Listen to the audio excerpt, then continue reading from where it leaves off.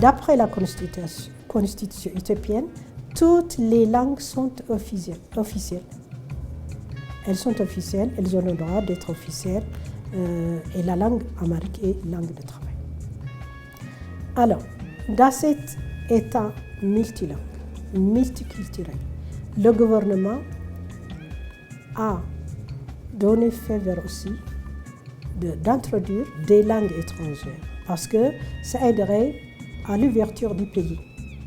Bien sûr, on peut parler de la globalisation, etc., mais aussi pour la diplomatie. C'est avec cette ouverture que l'ambassade de France en Éthiopie a pris l'initiative d'ouvrir un programme de mineurs.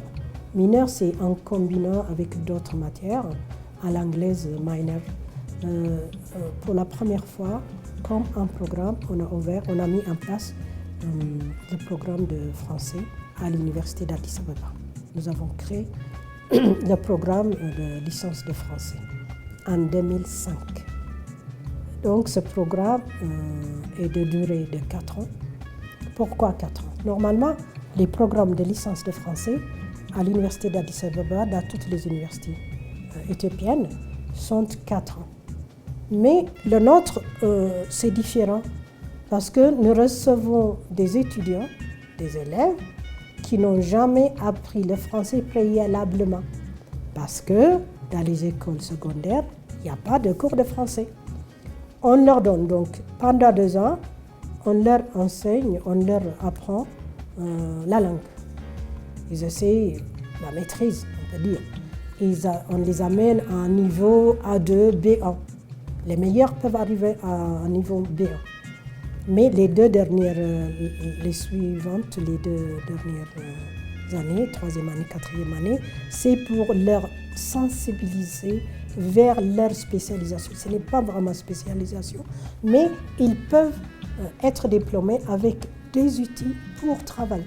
Professeurs de français, ils peuvent être aussi communicants ou bien agents de relations publiques aussi.